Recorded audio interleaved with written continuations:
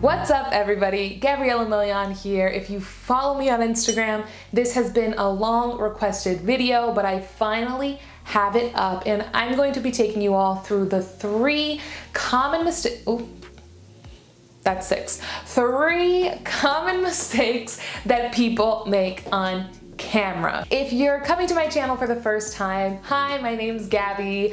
I am a media personality, TV reporter, journalist, and now I have my own production company where I help other people, probably just like you, feel more confident in front of the camera and just put together their media strategy to make media less scary. I've been a TV reporter for major networks in both English and Spanish, and I love what I do, and I want to teach everybody else how to be more comfortable in front of the camera because I think that everybody has a unique story to share.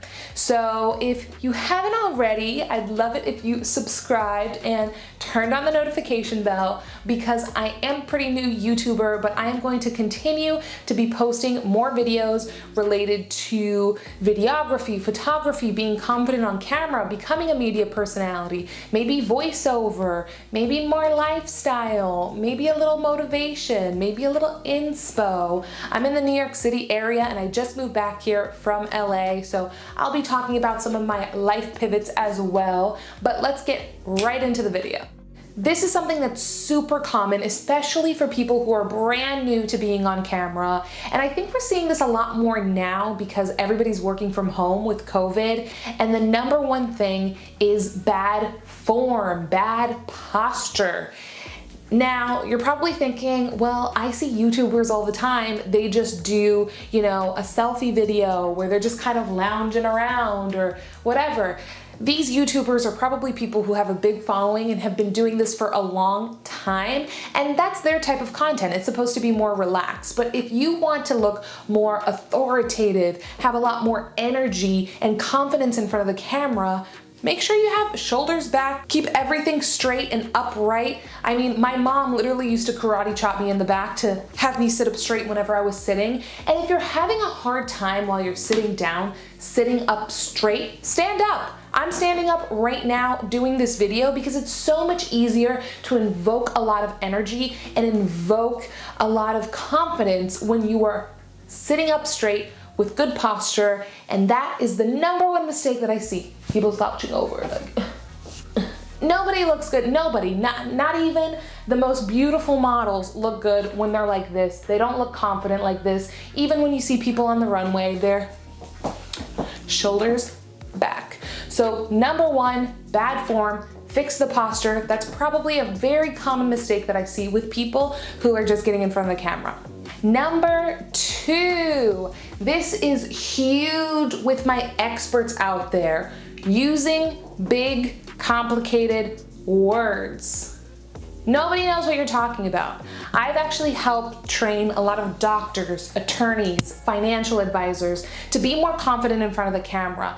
And those are all professions where they're obviously super intelligent people. They needed a lot of education to get to where they're at. And especially right now because of COVID, there's doctors that are doing news hits all the time to explain the situation to the public, and also attorneys, they're trying to protect, people are trying to protect themselves legally, or financial advisors. They're trying to get their finances right, especially now because of COVID, because sadly people lost their jobs. I have worked with a lot of these people, and it's very easy for them to get caught up in their jargon, their expert jargon, because they're used to speaking with people that work in their field all of the time. And what I always like to say to people is when you're explaining something that's complicated, or even if you think that it's not complicated to you, but it might be to someone else, speak like you're talking to a 5-year-old. This is very, very common in my field. I even have a hard time doing that sometimes, but when you have that in the back of your head, like, this is kind of a complicated topic that I'm talking about, let me talk like if I'm speaking to a 5-year-old. It's not that you're undermining other people's intelligence, it's just that you're putting the net out wide so that you have more people that understand what you're talking about. And it also builds that relatability. So if people feel like not only can I relate to this person, but they're explaining something that's usually pretty complicated to me in a more easy to understand way, they're gonna keep going back to your content. So Stop with the big words. It doesn't make you look smarter. If anything, it kind of makes you look like. And last, but certainly not least, number 3, being unprepared. It sounds so simple, but if you are going in front of the camera, sharing your expertise in a particular subject or an event that happened, or you just want to portray being more confident on camera on whatever subject you're talking about, prepare a little bit. You don't necessarily have to have an entire script written out. Just write down a couple of bullet points. Okay, if people get away with anything, will they remember these 3 things? Think of your like 10-second elevator pitch. I mean, you hear this in Shark Tank all the time.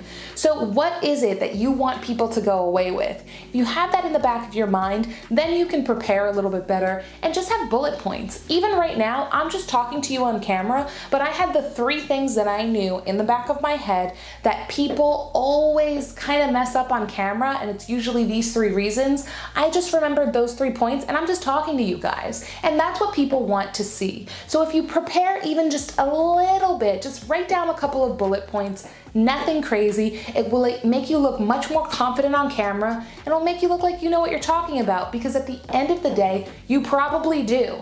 And being on camera is unnatural. I get it. You're literally talking to a device. There's nobody else in this room other than me and my camera. But if you are a little prepared, it'll make it a little less weird. And of course, with practice makes perfect. So thank you so much for watching this video. If you found it to be helpful, please subscribe and turn on the notification bell. And what other videos do you guys want to see from me? Do you want to see more videography? Do you want to see more on-camera tips? Do you want to see stuff about voiceover work? Do you want to see stuff about living in New York City during COVID? Do you want to see what my life has been like ever since moving from LA to New York? Let me know in the comments below, and I'll make sure to share this on all of my social media platforms. But again, thanks for watching this video.